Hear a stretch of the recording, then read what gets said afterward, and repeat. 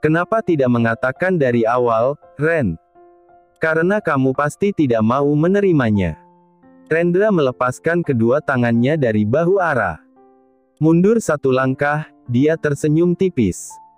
Apa yang harus dijelaskan lagi? Meyakinkan orang yang sedang emosi hanya membuang energi. Ara masih saja sekeras batu. Masih tidak percaya dengan cinta Rendra. Tanya pada hatimu yang paling dalam, apakah aku tidak tulus padamu? Aku menjagamu bukan karena Janendra. Untuk diriku sendiri yang ingin memilikimu. Kali ini senyum Rendra sangat menyedihkan. Aku akan datang besok sore. Katakan kalau memang kamu tidak ingin bersamaku. Dan, aku akan pergi. Lanjutnya, lalu melangkah keluar rumah. Ruang itu menjadi sunyi, Ara masih bergeming di tempat. Sampai tepukan tangan mendarat di bahunya. Aku yang memberitahu Pak Rendra, ungkap Bikwati. Maaf, tadi aku menguping. Ara tidak berkomentar apapun. Mengambil segelas air putih, duduk di kursi yang menghadap jendela. 5 tahun lamanya, Pak Rendra tidak pernah terlibat hubungan dengan perempuan manapun, kata Bikwati. Saat bersamamu wajah gaharnya agak memudar dan sering tersenyum. Jemari tangan kanan Ara memutari pinggiran gelas. Mengembuskan napas berat. Aku tidak tahu. Aku takut. Takut dikhianati. Juga khawatir terluka kembali. Ara. Hidup itu harus dihadapi. Sebenarnya bukan takut, kamu meragukan Pak Rendra. Bikwati sudah mirip juru bicara Rendra. Kamu bisa menjadi desainer perhiasan juga karena Pak Rendra. Ingat saja semua kebaikannya. Satu lagi, Pak Rendra sangat menyayangi Zora seperti putri kandungnya sendiri, cerocos Bikwati. Ara menyurupkan kepalanya di atas meja. Besok sore batas waktu yang diberikan Rendra. Heh, Bu Ara yang sedang galau. Jangan menyesal nantinya. Masih banyak perempuan perawan yang rela mengantre, tetapi Pak Rendra memilihmu, pungkas Bikwati. Rendra yang mendorong mengikuti kompetisi, memberikan dukungan, dan selalu menyemangati. Berkat Rendra, Ara mulai merambah dunia yang sebelumnya hanya bisa dimimpikan. Ponselmu bunyi dari tadi. Bikwati menaruh ponsel di gelas. Nama manajer Haryadi tertera di layar ponsel. Astaga, Ara lupa belum mengirimkan desainnya. Di antara desainer yang lain, aku suka dengan keunikanmu. Kenapa belum dikirim? Kau pasti bangga perhiasan hasil rancanganmu dikenakan aktris Hollywood. Maaf, Pak. Beri saya waktu 1 jam. 1 jam. Laptop saya ada di rumah seorang teman. Oh, calon suamimu yang kaya itu. Cepatlah. Semua file tersimpan rapi di laptop. Gradial meminta semua desainer perhiasan yang bernaung di bawah labelnya, membuat desain dan akan dipilih mana yang paling baik di antara yang terbaik. Ara mau tidak mau, harus ke rumah Rendra. Perempuan itu berpamitan pada Bikwati, menyambar tas dan jaket. Ara masih ada sisa uang 50.000, sehingga dia bisa naik bus. Dia sampai di kediaman Rendra pukul 9 malam. Mahda mengatakan Rendra belum pulang sejak keluar mencari Ara. Pak Rendra tadi sangat khawatir, Bu. Apa sudah bertemu dengan beliau? Tanya Mahda. Kami sudah bertemu. Ara menjadi khawatir, kemudian berkata, kalau sudah pulang tolong beritahu dengan kirim pesan. Baik, Bu. Ara tidak berlama-lama, setelah urusannya selesai dia kembali ke rumah Janendra. Dan, sepanjang malam dia gelisah. Baru bisa tidur menjelang pukul 3 pagi. Setelah mendapatkan pesan dari Mahda, bahwa Rendra sudah kembali ke rumah. Dalam kondisi tidak kurang satu apapun. Dewi memperhatikan Lastri yang melamun di teras. Ibunya itu seperti tidak punya nyawa. Dari kemarin lebih sering membisu. Bu, sudah jangan diratapi. Berdoa saja, mudah-mudahan uangnya bisa kembali, kata Dewi. Bagaimana hidup kita ke depannya, Dewi? Tanpa uang dari Bayu, kita akan miskin, keluh Lastri.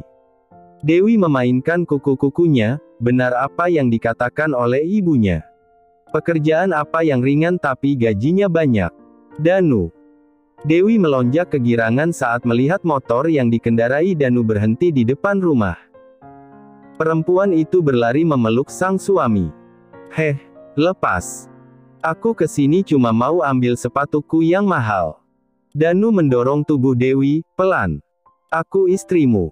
Dan, sekarang sedang hamil. Dewi mengikuti langkah Danu ke dalam rumah. Danu menuju rak sepatu, mengambil sepasang sepatu Keds pemberian Janendra. Dia berencana akan menjual sepatu bermerek tersebut. Urus saja sendiri, sahut Danu. Jangan pergi, Dan. Cegah Dewi. Bagaimana dengan statusku? Ya, kamu juga urus sendiri. Danu menaruh uang 200.000. Untuk anakmu, Danu. Jerit Dewi. Jangan cari aku. Selamat tinggal. Lastri yang melihat menantunya, hanya terdiam. Sedangkan Dewi berdiri di depan motor Danu, mencegah suaminya pergi. Minggir. Perintah Danu. Atau aku tabrak. Dewi seperti tidak punya daya, dia menyingkir dari depan motor. Membiarkan Danu pergi. Danu sebenarnya sudah kembali ke Jakarta. Dia menikah lagi dengan perempuan lugu dari desa, yang sangat penurut dan tidak neko-neko. Namanya Puput. Mereka berdua menyewa rumah petak di pinggiran kota. Setelah kepergian Danu, Dewi termangu di depan meja. Menatap nanar 2 lembar uang 100.000. Statusnya tidak jelas, katanya akan dicerai tapi Danu tidak mengajukan gugatan permohonan cerai. Sedang hamil tapi Danu tidak mau bertanggung jawab. Kenapa hidupku jadi begini, sih? Keluh Dewi. Dewi, setelah anakmu lahir, titipkan saja ke panti asuhan. Ibu itu tega banget sama cucu sendiri. Kalian hanya bikin beban hidup saja. Merepotkan. Dengus Lastri. Rumah Lastri setiap hari hanya berisi keluhan. Saling menyalahkan. Bayu bertemu kembali dengan Marsha di kediaman perempuan itu.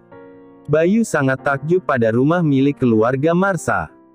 Walaupun tidak sebesar milik Rendra, tetapi termasuk kategori mewah. Papa sedang berada di luar negeri, kata Marsha. Kamu tidak bekerja. Aku sedang merintis usaha sendiri.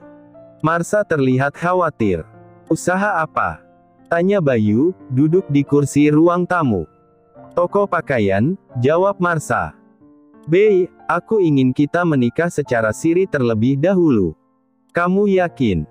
Bayu meletakkan tangannya di atas paha Marsha. Marsha menganggukkan kepalanya. Kamu siapkan saja, Sa. Bayu tersenyum lebar. Nunggu papa pulang, ujar Marsha. Karena pengangguran, sepulang dari rumah Marsha, Bayu nongkrong di kafe. Memesan kopi dan matanya jelalatan melihat gadis-gadis cantik. Bayu penyuka perempuan cantik, sayangnya dia harus menikahi Marsha demi harta dan tahta. Bayu, apa kabar? Seorang lelaki menyapa. Bayu mendonggak. Fahri, hei. Fahri bekerja di Arda Wangsa Group. Lelaki berkacamata itu di divisi personalia. Boleh duduk. Silakan. Aku dengar kamu bercerai. Kata Fahri yang penasaran. Biasa, perempuan dari keluarga kaya tidak pernah menghargai suami yang miskin. Untuk apa bertahan, jawab Bayu, salah satu sudut bibirnya terangkat. Yang aku dengar lagi, kamu selingkuh. Makanya Giselle menggugat cerai. Fahri memandang Bayu yang salah tingkah. Itu kan, hanya alasan mereka aja, kilah Bayu, meraih cangkir kopinya. Sial, Giselle telah menyebar perselingkuhan dirinya. Kamu sekarang kerja di mana? Aku melamar ke RTV. Fahri mengerutkan keningnya. Tidak salah. Memang kenapa? Bayu balik bertanya. Menurut desas-desus, perusahaan itu bangkrut, Tidak mungkin menerima karyawan baru, kata Fahri. Tetapi, kata Marsha ada lowongan pekerjaan. Bayu menjadi bingung sendiri. Tidak mungkin itu. Salah info mungkin, sangkal Bayu. Marsha tidak mungkin berbohong. Bayu mencoba menghibur diri. Lelaki itu kemudian pergi begitu saja. Dia kembali ke kediaman Marsha menggunakan ojek online.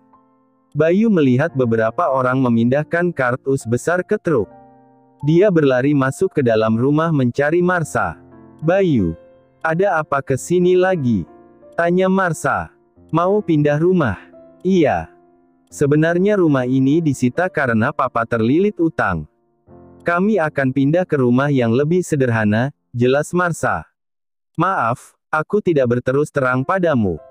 Jadi benar perusahaan papamu bangkrut?" Bayu mulai stres. "Iya. Ya, Tuhan. Bayu, aku tidak suka perempuan yang tidak jujur. Pernikahan kita batal," putus Bayu. "Batal." Bayu merasa tertipu. Rencananya gagal total. Uang di tabungan sudah menipis. Pengangguran. Cari pekerjaan sekarang sulit. Bayu memutuskan check out dari hotel. Menyewa kamar kos yang bisa untuk 1 bulan. Rendra terbaring di tempat tidur. Di luar matahari sudah tinggi. Semalam dia pergi ke klub, tetapi tidak sampai mabuk. Dia ingin tetap waras. Dia sama sekali tidak beranjak. Sampai waktu menunjukkan pukul 3 sore. Setengah terhuyung, Rendra berjalan ke kamar mandi. Dia berdiri di bawah shower air, kepalanya tertunduk. Air menyentuh rambut dan kulitnya. Setengah jam kemudian dia sudah duduk di dalam mobil. Niko yang menyetir kendaraan menuju kediaman Janendra. Seandainya Ara membuat keputusan yang tidak diharapkan, Rendra berencana kabur untuk menghibur dirinya sendiri. Yakni mendaki gunung. Langit yang semula terang dan biru, perlahan-lahan berubah gelap. Rendra melarikan pandangannya keluar jendela. Saat mobil berhenti di depan rumah, Rendra melihat Zora dan Bikwati di teras. Pa, sambut Zora, ceria. Gadis kecil berlari ke arah Rendra. "Halo, Zora." Rendra mengangkat tubuh Zora. "Mau bermain? Mau baca buku cerita?" tanya Rendra, seraya melangkah masuk rumah. Duduk di sofa panjang bersama Zora. Mengabaikan Ara yang berada di area dapur. Ara yang melihat kedatangan Rendra, tersenyum samar. Dia kembali duduk dan menyibukkan diri dengan sketsa. Lebih tepatnya pura-pura sibuk. Perempuan itu sedari pagi mencari keinginan terdalam. Dan, sudah menemukan jawaban. Dia akan mengatakan setelah Zora bermain bersama Rendra. Karena semalam hanya tidur selama 3 jam dan pada siang hari dia tidak bisa tidur. Matanya terasa berat sekali. Zora bersama Bikwati ke ruangan lain. Memberikan kesempatan pada Rendra dan Ara bicara. Rendra memandangi punggung Ara. Dia lantas berjalan pelan menuju Ara. Berdiri tepat di belakang perempuan itu. "Ara, apa kamu sudah menetapkan pilihan?" Ara tidak menjawab. Membuat Rendra agak jengkel. "Jawab, Ara." Rendra mendengkus kasar. "Kamu ingin membatalkan pernikahan." Kepala Ara yang tertunduk dalam sedikit mengangguk. Rendra tidak tahu perempuan itu tidur dalam posisi duduk. "Baik, jika itu memang keputusanmu. Selamat tinggal."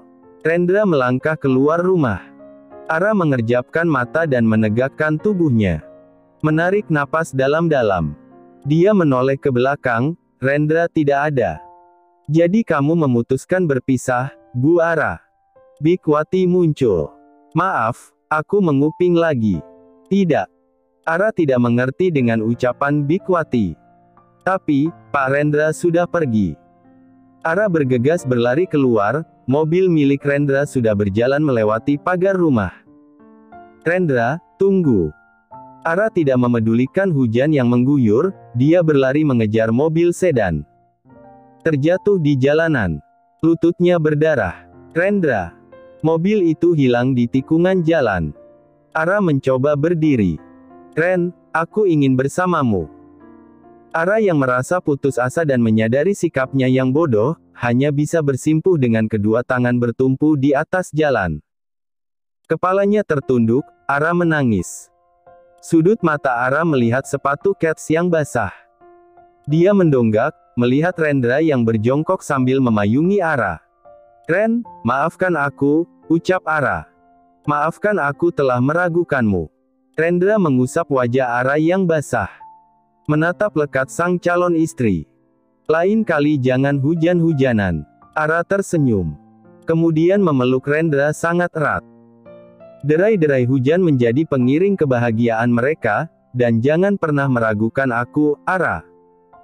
Ara duduk di kursi, kaki kiri diluruskan. Dia memperhatikan Rendra yang telaten merawat luka akibat terjatuh. Pandangannya beralih pada wajah Rendra yang sedikit tertunduk. Pahatan wajah itu sangat menawan, dengan sepasang alis yang tebal dan hidung mancung. Rambut basah yang berantakan. Rendra menutup luka dengan kasa steril. Dia menyarankan Ara minum paracetamol untuk meredakan nyeri. Kemudian merapikan kotak P3K. "Makasih, Ren," ucap Ara. "Kenapa tadi diam saja waktu aku bicara?" Rendra duduk di sebelah Ara. "Aku tadi mengantuk dan sempat terlelap," jelas Ara. Rendra sempat melihat bayangan Ara dari kaca spion sebelum mobil berbelok. Dia meminta Niko kembali memutar arah. Tangan Rendra terarah pada handuk yang membelit rambut Ara. Melepas perlahan. "Rendra, apa yang kamu lakukan?" serga Ara ketika Rendra menyisir rambutnya yang basah. "Aku sangat menyukai rambut yang panjang," sahut Rendra. Dia terus menyisir rambut Ara dengan hati-hati. Keduanya terdiam. Keheningan mengeluarkan hasrat terpendam di hati masing-masing. "Kamu ingin bulan madu kemana?" tanya Rendra, yang sudah selesai menyisir rambut Ara. "Aku tidak tahu, Ren. Kalau bulan madu berarti harus meninggalkan Zora, kan?" Ara memutar sedikit tubuhnya, sehingga berhadapan dengan Rendra. "Selama ini aku tidak pernah terpisah jauh dari Zora. Kalau begitu bukan bulan madu, tetapi liburan bersama keluarga," kata Rendra.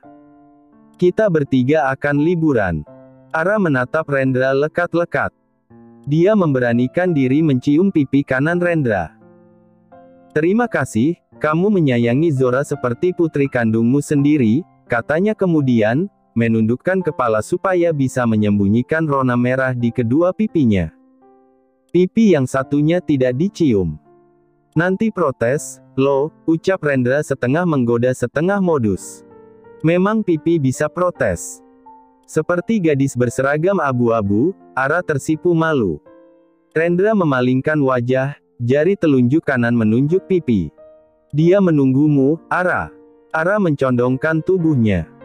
Tinggal 1 inci lagi bibirnya mendarat, mendadak Rendra terjengkang ke belakang. Itu karena Bikwati yang muncul begitu saja. "Aduh, maaf. Saya masuk kamar lagi." Bikwati buru-buru masuk ke kamarnya lagi. Rendra masih terduduk di lantai, punggungnya terasa agak sakit karena menghantam lantai. "Kamu tidak apa-apa, Rendra?" tanya Ara. "Tidak apa-apa, aku hanya kehilangan keseimbangan badan," ucap Rendra seraya berdiri. "Oh, ya. Mengenai Zora, mungkin kamu bisa mendaftarkan di sekolah. Kalau mau datanglah hari Rabu di Primstars. Aku sudah membuatkan janji untukmu. Kamu bisa melihat-lihat dulu." Ara tidak ingin menolak permintaan Rendra, karena demi kebaikan Zora. Ara pun menyetujuinya. "Aku harus pergi." "Selamat malam, Ara," ucap Rendra. "Apa mau ikut pulang sekarang?" "Baiklah. Tunggu sebentar." Ara berderap masuk ke kamar, dia memberitahu Bikwati akan pulang ke rumah Rendra. Zora yang sudah terlelap, diangkat perlahan. Bikwati segera membereskan tas milik Ara kemudian bergegas keluar rumah, mengikuti sang calon nyonya. Bikwati duduk di samping sopir. Sementara Ara dan Rendra duduk di belakang. Rendra menarik pelan kepala Ara rebah di pundaknya. "Tidurlah," katanya tadi mengantuk. Di tempat lain, Bayu. Lastri ternganga melihat anaknya yang akhir-akhir ini seolah menghilang, karena sulit dihubungi. Bayu memutuskan pulang ke rumah ibunya. Daripada kos sementara tidak ada penghasilan. Dia bisa menghemat sedikit. Aku akan tinggal di rumah ini lagi, Bu, kata Bayu sembari melangkah masuk. Giselle. Lastri mengikuti Bayu yang masuk ke kamar. Dia menceraikan aku, Bu. Bayu melihat kamarnya yang jauh berbeda dengan kamar tidur di apartemen milik Giselle. Pasti kamu membuat kesalahan, kan? Dasar anak tidak berguna. Gara-gara si Ara, aku jadi begini. Dia sengaja menggaet Rendra untuk balas dendam, kata Bayu asal bicara. Awal Februari Ara akan menikah dengan Rendra. Tetapi, tidak tahu tanggal pastinya. Karena yang diundang hanya orang-orang tertentu yang kenal Rendra Ardawangsa. Cari pekerjaan lagi, kamu kan sarjana, sungut Lastri. Bayu mendesah lirih, dia harus memulai dari bawah lagi jika kemungkinan bekerja di perusahaan. Atau cari perempuan lagi yang bisa dimanfaatkan, B. Lastri seorang ibu yang sering menjerumuskan anak-anaknya. Dulu, Lastri yang memberikan ide menggaet Ara yang kebetulan kos tidak jauh dari rumah mereka. Sosok Ara yang cantik dan sederhana membuat Bayu setuju dengan ide tersebut. Memanfaatkan kebaikan dan kepolosan Ara untuk tujuannya, yakni bisa kuliah. Aku mau tidur dulu. Bayu melepaskan jaket. Kalau tinggal di sini, kamu yang membiayai kebutuhan bulanan, B, kata Lastri. Loh, Danu juga dimintai, dong. Danu minggat. Bukankah ibu sudah pernah cerita, Dewi sedang hamil dan Danu tidak mau tahu urusan Dewi? Seingatku belum. Kalaupun begitu aku tetapi tidak mau menanggung kebutuhan Dewi. Bayu menyugar rambutnya, kehidupan yang bergelimang harta. Kini kembali seperti dulu. Mendadak Bayu berdiri lagi, dia mengenakan jaketnya kembali. Lelaki itu sudah putus urat malunya, dengan menyambangi apartemen Giselle. Bayu sudah kehilangan akal pikiran. Selamat malam, Giselle. Angin apa yang membawamu kemari? Bayu bersimpuh di depan Giselle. Maafkan aku, Giselle. Aku menyesal telah meninggalkan dirimu dan anak di dalam kandunganmu. Giselle tergelak. Bayu, kamu pasti sudah tahu kondisi keluarga Marsha. Semua aset keluarga dia disita. Hahaha, dan sekarang kamu menyesal. Omong kosong. Aku janji akan memperbaiki kelakuanku, Giselle, bujuk Bayu, tidak punya harga diri lagi. Memohon kesempatan kedua. Giselle mendorong bahu Bayu dengan kaki kanannya. Pergilah, lelaki benalu. Aku mungkin bodoh waktu itu, sekarang tidak lagi. Aku bukan keledai yang bisa terjerumus untuk kedua kalinya. Pintu apartemen Giselle tertutup rapat. Bayu yang sudah merendahkan diri sendiri, memukul pintu itu. Bayu memang menyesali meninggalkan Giselle. Bersama Giselle setidaknya dia bisa hidup enak dengan beberapa fasilitas yang diberikan istrinya itu. Ara berdiri di depan makam kedua orang tuanya. Dia berjongkok di antaranya. Perasaan syahdu melanda Ara. Dia menginginkan kedua orang tuanya hadir di pernikahannya. Ayah ibu, calon suamiku sangat baik. Mencintai aku dan Zora. Namanya Rendra. Cukup tampan. Agak galak dan dingin. Ucap Ara, dia mendonggak. Melihat Rendra yang tersenyum penuh arti. Dia sangat pengertian. Dia yang akan menjaga aku sampai akhir. Setelah bicara mengenai Rendra, Ara memanjat doa untuk kedua orang tuanya. Dia kemudian berdiri. Memandangi kedua nisan secara bergantian. Sampai jumpa, ayah ibu. Ara berjalan bersisian menyusuri jalan kecil berpaving blok. Mereka juga menyempatkan ke makam Janendra dan kedua orang tua Rendra. Jadi, aku hanya cukup tampan? Tanya Rendra. Bagiku kamu cukup tampan. Aku sedikit tersinggung. Di depan makam kedua orang tuamu, kau bilang aku cukup seksi. Papa, Mama, kenalkan Aranina. Perempuan kuat yang membuatku jatuh cinta. Dia pintar dan berbakat. Juga, cukup seksi. Ara mengulang ucapan Rendra. Ho, jadi kamu balas dendam, Ara? Iya. Rendra menggandeng tangan Ara. Daun-daun pohon Kamboja luruh diterpa angin, jatuh meliuk ke tanah.